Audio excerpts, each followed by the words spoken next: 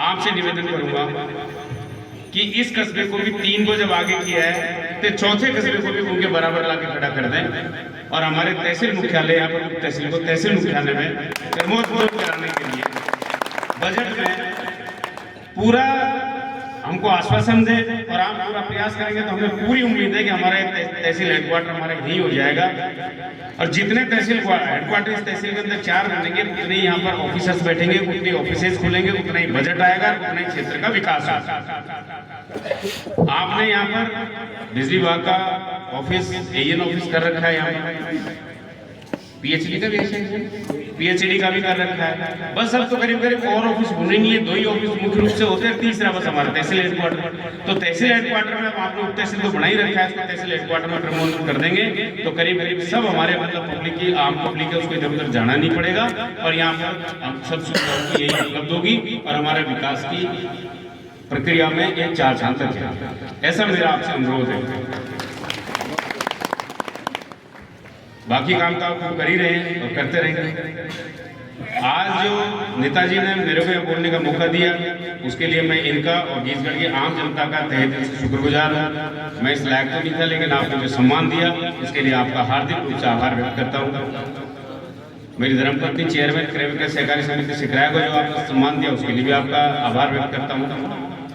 मेरे लायक मैं तो बिजली का आदमी हूँ, साहब खंभे काटने वाला आदमी हूँ, कहीं खंभा कटाना हो तो बता देना साहब, तैयार हूँ। आप ही का बेटा हूँ, आप ही के बीच से गया हूँ।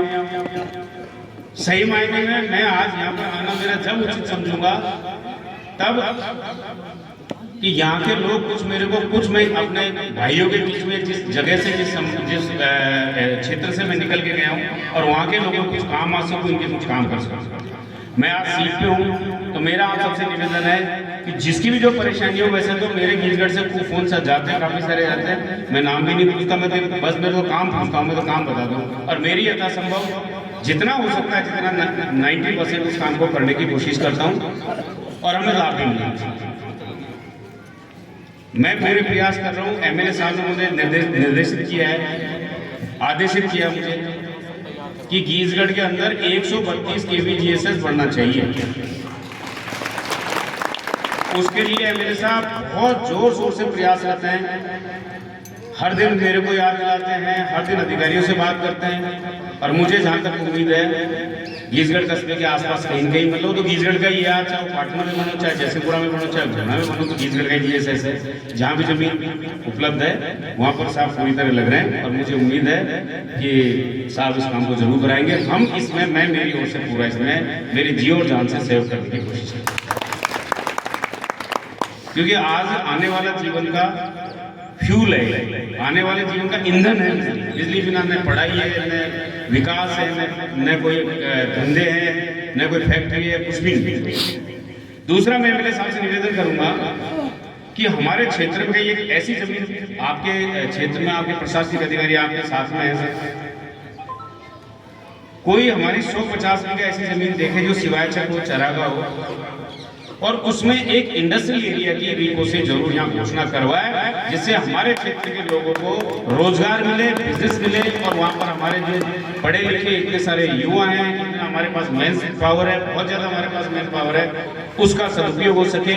और ये आप एक बार करके सदियों तक याद रहे, जिस क्षेत्र में भी औद्योगिक क्षेत्र विकसित हो गया है वहाँ की इकोनॉमी को 4 चांद लग गए, वहाँ की आर्थिक गतिविधियों को 4 चांद लग गए।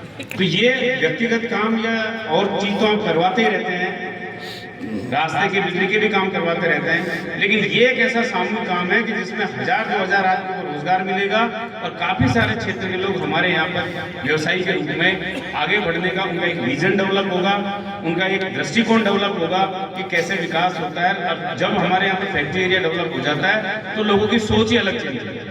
तो जहाँ भी इस सिकराय तहसील के अंदर आपको जहाँ भी 100-200 बीघा कोई जमीन दिखे वहाँ एक औद्योगिक क्षेत्र जरूर खुलवाएं। पिछली कांग्रेस सरकार में हर एक एमएलए को एक औद्योगिक क्षेत्र दिया गया था। हमारे इस सिकराय तहसील का दुर्भाग्य मामलों की जो पिछली सरकार में सब क्षेत्रों में एक एमएलए को एक औद्योगिक क्षेत्र खोलने का मौका मिला, ज्यादातर ने खोल दिया, बट हमारे यहाँ पर नहीं खुल पाई। बट इस कमी को हमको पूरी उम्मीद है कि आप पूरा करो। आपने मुझे मौका दिया, आप सबने यहाँ से बुलाया, उसके लिए बहुत बहुत धन्यवाद। जय हिंद, जय भारत, जय भारत। हम तो 10 किलो 5 किलो मन धोने की बात कर, आपने घीसगढ़ की कुंटलन में समस्या रखी और वीको भी होना चाहिए, तहसील होना चाहिए। वास्तव में वर्षों तक पीढ़ियों तक याद करने का काम है। बहुत बहुत धन्यवाद चीफ साहब को। अब मैं हमारे बीच आज कार्यक्रम के मुख्य अतिथि आदरणीय विक्रम जी बंसीवाल से निवेदन करूंगा कि वो कृपया अपना उद्बोधन दें और पधारें। एमएलए से